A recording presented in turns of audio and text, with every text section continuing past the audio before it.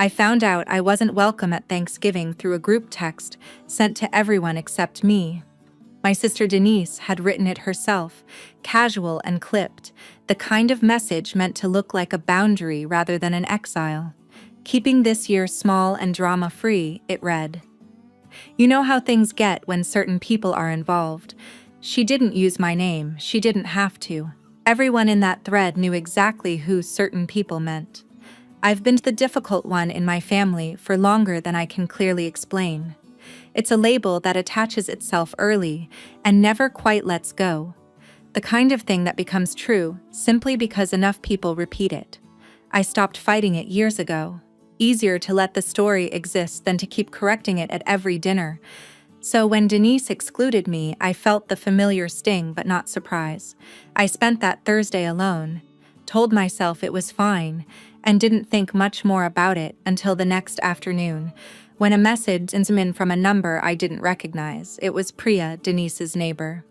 We'd met a handful of times at block parties. Pleasant but not close. Her message was short. I thought you should hear what your sister said about you after dinner. Attached was a video, just under 2 minutes, filmed through a slightly open back door while Priya had been dropping off a dish. I watched it once, standing in my kitchen, phone held too close to my face. In the clip, Denise sat at the table with Aunt Carol, wine glass in hand, her voice loose in the way it gets after a few drinks and a long day of hosting. She wasn't talking about me ruining gatherings. She was telling Aunt Carol a very specific story about our grandmother's estate, that I had taken a sum of money years earlier without the family's knowledge, using a signature Denise implied wasn't mine to use. She named a figure. She named a date. She described it with the calm certainty of someone stating a fact everyone already knew. I watched it a second time, slower, paying attention now not just to what she said but how she said it. There was no hesitation in her voice, no softening, just the easy confidence of a story told so many times it had worn smooth. The problem was, none of it had happened, not the way she described it. I spent that evening pulling old folders out of a box I hadn't opened in years. Bank statements, estate paperwork, copies of the documents filed after our grandmother passed. I wasn't looking for an argument. I wanted to understand where this version of events had even come from, because nothing in what Denise said matched anything I remembered signing or receiving. By the time I found the original estate documents, it was clear. My signature wasn't on the paper Denise described. The transaction she named didn't exist in any of the records I had. Whatever story she'd built, it hadn't come from a misunderstanding of real events. It had come from somewhere else entirely. I called an attorney the next morning, more to understand what I was looking at than out of any immediate plan to act. Mr. Whitfield listened to the details, reviewed the documents I sent over, and was calm in the specific way professionals are when they've seen a version of this before.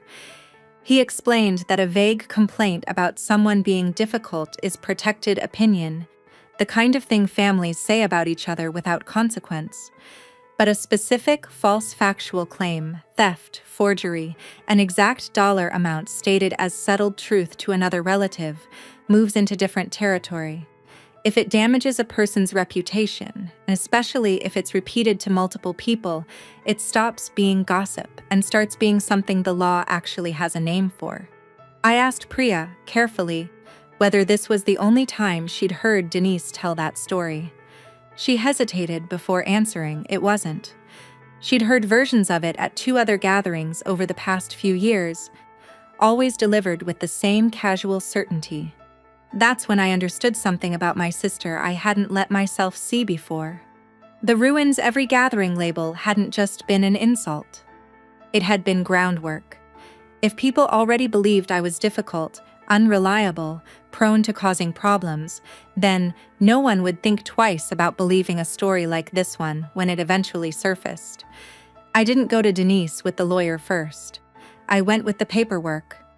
We sat across from each other at her kitchen table, the same one from the video, and I laid out the estate documents next to the story she'd told Aunt Carol. I watched her confidence drain out of her almost immediately. replaced by something quieter and more uncomfortable.